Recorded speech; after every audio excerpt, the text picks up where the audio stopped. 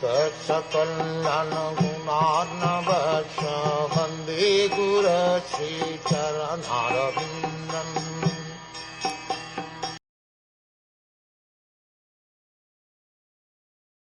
The Blessed Goddess said, Lord Shiva is the most beloved of all living entities. He has no rival. No one is very dear to him, and no one is his enemy. No one but you could be envious of such a universal being who is free from all enmity. In Bhagavad Gita, the Lord says, Samaham Sarva Bhutes, I am equal to all living entities. Similarly, Lord Shiva is a qualitative incarnation of the Supreme Personality of Godhead, so he has almost the same qualities as the Supreme Lord. Therefore, he is equal to everyone. No one is his enemy, and no one is his friend, but one who is envious by nature can become the enemy of Lord Shiva. Therefore, Sati accused her father, no one but you could be envious of Lord Shiva or be his enemy.